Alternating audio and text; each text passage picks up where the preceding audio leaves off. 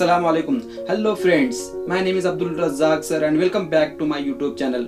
Today we are going to learn daily use sentences. साथ दोपहर का खाना खाओ. Have lunch with me.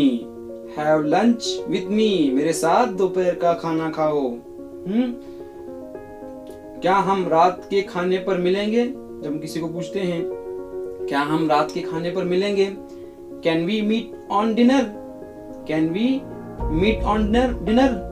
क्या हम रात के खाने पर मिलेंगे? मिल सकते हैं. जैसे मैं भूखा हूँ कहते हैं. मैं भूखा हूँ. I'm hungry. मैं भूखा हूँ. I'm hungry. क्या हम वहाँ मिल सकते हैं? क्या हम वहाँ मिल सकते हैं? Can we meet there? क्या हम वहाँ मिल सकते हैं? Can we meet there? क्या हम वहाँ मिल सकते हैं? मुझे एक गिलास पानी दो. मुझे एक गिलास पानी दो. Give me a glass of water. मुझे एक गिलास पानी दो. Give me a glass of water. मुझे एक गिलास पानी दो. क्या मुझे एक कप कॉफी मिल सकती है? क्या मुझे एक cup coffee? Can I have a cup of coffee?